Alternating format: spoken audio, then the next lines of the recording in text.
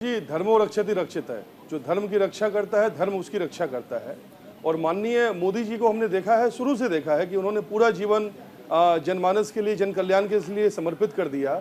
और इस व्यक्ति ने देश को राष्ट्राध्यक्ष कई मिले हैं, लेकिन ये जो ऐसा एक राष्ट्राध्यक्ष मिला है, एक प्रधान सेवक मिला है कि जो बहुत ट्रांसपेरेंट है, जिसकी सारी चीजें जनता देखना चाहती है, समझना चाहती है, और वो लगातार जनता की सेवा के लिए कंसर्न है, उत्कृष्ट है।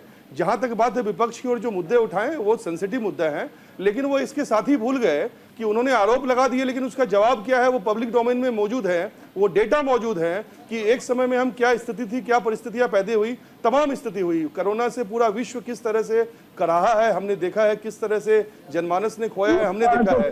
उस कंसर्न में, अरे सुनने का साहस रखिए अजीत जी, तो उस कंसर्न में कि हमने कितनी तेजी से चीजों को व्यवस्थित किया है, उसको किस तरह से हमने तुरंत जो है इमरजेंसी कंट्रोल किया है, और जनता ने देखा है कि बड़ी संख्या में हमने अपने लोगों को बचाने के लिए कोशिश की है। आपने सवाल उठाए सर, बेहतर सवाल उठाए, उसका जवाब वो दे रहे हैं, सुन तो लीजिए। तो जिस तरह से कोविड के बाद में समस्याएं कुछ रही हैं और 100% कोई नहीं कर सकता, लगातार ये एक सतत प्रयास है जिसके लिए हम काम कर रहे हैं। लेकिन हमें यह भी नहीं भूलना चाहिए कि जो मार्च 2020 की स्थिति थी और विश्व में क्या हुआ, विश्व के पटल में क्या हुआ, और भारत में एक कुशल नेतृत्व में कोविड को हमने कैसे लड़ा, कैसे सहा और कैसे किया। छोटी मोटी चूकें रही हैं, कई प्रॉब्लम्स रही हैं, लेकिन वो एक ऐसी समस्या थी जिसके पास कोई समाधान नहीं था। उसके बाद भी जिस तरह से हमने काम किया है, उसने ना कि सारे अलग राष्ट्राध्यक्षों ने, बल्कि WHO ने काम किया है। बल्कि इतना ही नहीं, हमने भारत को और भारतीयता को बचाने के अलावा विश्व में अपने वसुधैव कुटुंबकम के नारे को स्थापित किया है।